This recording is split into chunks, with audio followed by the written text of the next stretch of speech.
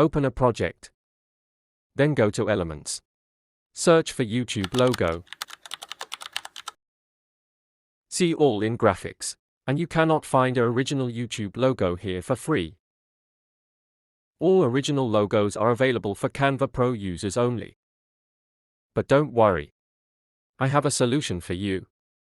Follow me. Go to the apps.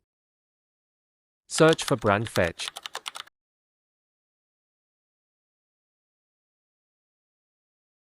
Open it.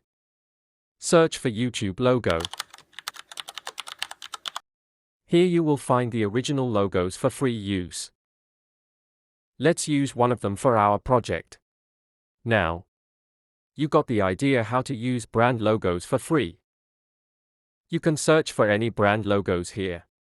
I'm going fast forward from here. You can experiment and discover more. Thank you.